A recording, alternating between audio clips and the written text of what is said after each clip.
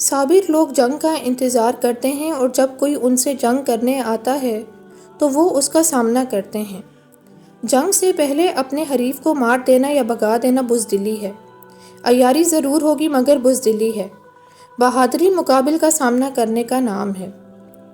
Healing آسان نہیں ہوتی، یہ ایک تکلیف دہ سفر ہے جس میں کبھی راستہ بہت پرسکون ہو جاتا ہے تو کبھی تکلیف اپنی حد پر پہنچ جاتی ہے۔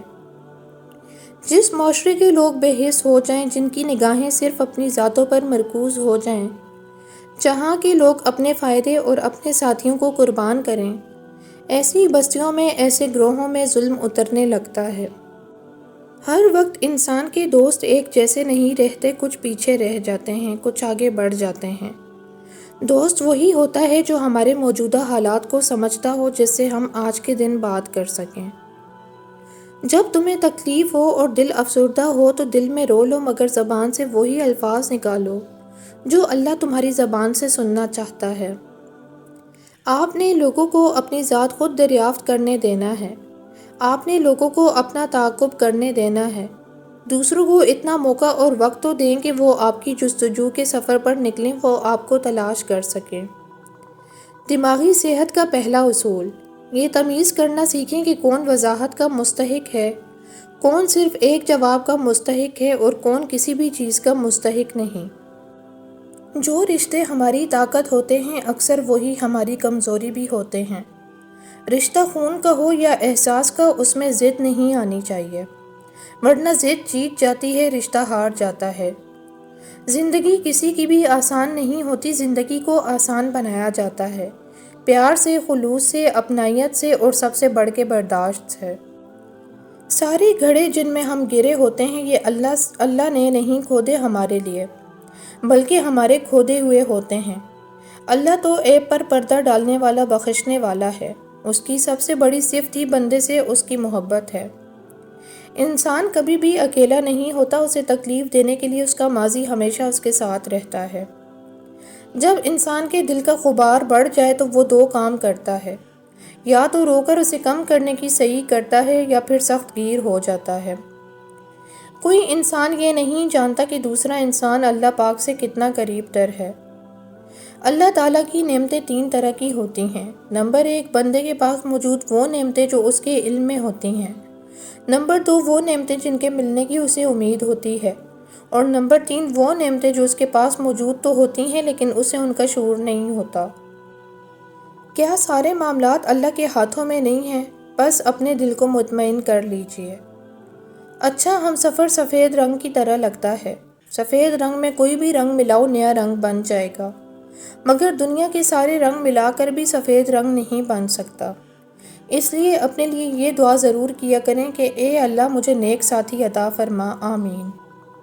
سورہ بقرہ میں اللہ فرماتا ہے، کہہ دو میرے ان بندوں سے جو ہار گئے ہیں، میں کسی بھی جان کو اس کی طاقت سے زیادہ نہیں آزماتا۔ بے شک چاہے آپ اپنے بچوں پر دنیا کے خزانے کیوں نہ خرچ کر دیں، مگر قیامت کے دن وہ آپ سے بھاگیں گے، اور اگر آپ نے انہیں قرآن سکھایا تو وہ آپ کو تلاش کریں گے تاکہ آپ کو وقار کا تاج پہنائیں۔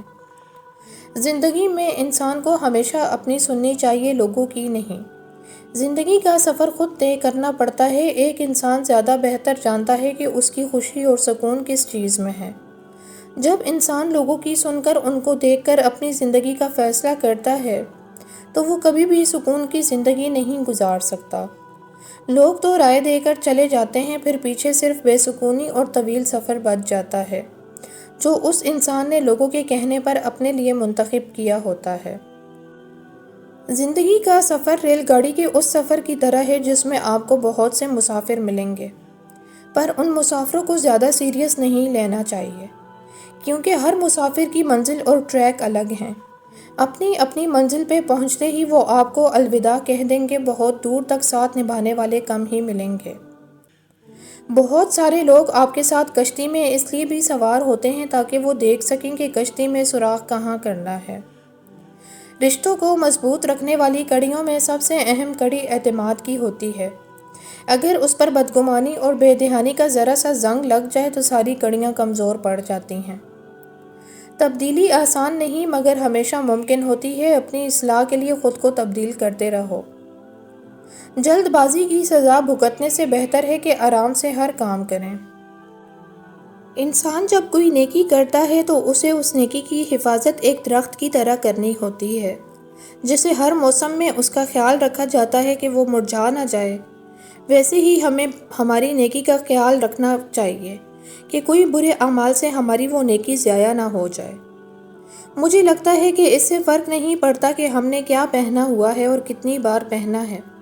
اگر ہمارا پہناوا صاف ستھرا ہے تو وہ بار بار پہنا جا سکتا ہے۔ بیماری واحد شے نہیں ہوتی جو انسان کو ڈھا سکتی ہے، دکھ زیادہ زور آور ہوتے ہیں۔ ہم اپنی ماؤں سے پوچھیں اگر کہ محبت کیا ہے تو وہ کہتی ہیں کہ ہمارے زمانے میں بھلا کہاں ہوتی تھی محبت، دراصل انہی کے زمانے میں تو ہوتی تھی محبت۔ اپنی اولاد کی تربیت کرتے ہوئے یاد رکھیں کہ آپ نے دنیا سے چلے جانا ہے۔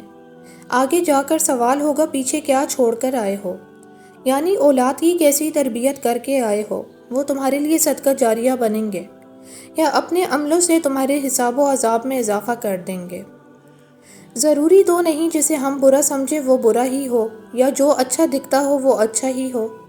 میں نے اکثر اچھوں میں بروں اور بروں میں اچھوں کو پایا ہے، مطلب جس پر جو ٹیگ لگ جائے وہ کبھی ختم نہیں ہوتا۔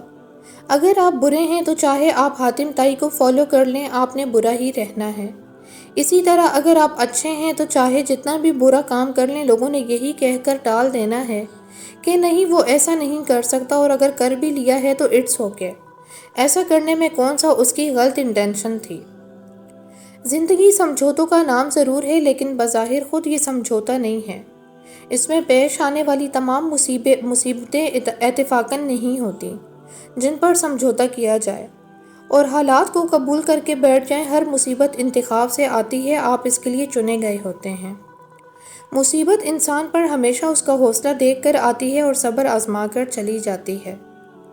بے شک ہمارے والدین کی تربیت معنی رکھتی ہے، مگر زندگی کے ایک مقام پر پہنچ کر ہمیں خود بھی اچھائی اور برائی کی سمجھ آ جاتی ہے۔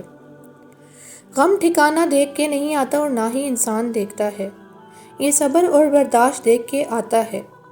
اس لیے اللہ نے انسان کی بات نہیں کی، اس کی طاقت کی بات کی ہے کہ آزمائش انسان پہ اس کی طاقت دیکھتے ہوئے آتی ہے۔ اللہ کسی کو اس کی طاقت سے زیادہ دے کے نہیں آزماتا۔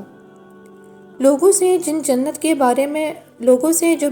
بارے میں بات کرو تو کہتے ہیں ہمارے عمل کہاں جنت والے ہیں، پتہ نہیں ہمارے نصیب میں جنت ہے بھی یا نہیں۔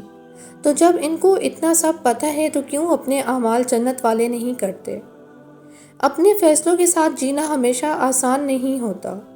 دل سے لیے گئے فیصلے دماغ کو سکون دے سکتے ہیں، لیکن دماغ سے لیے گئے فیصلے اکثر دل کو کھوکھلا کر دیتے ہیں۔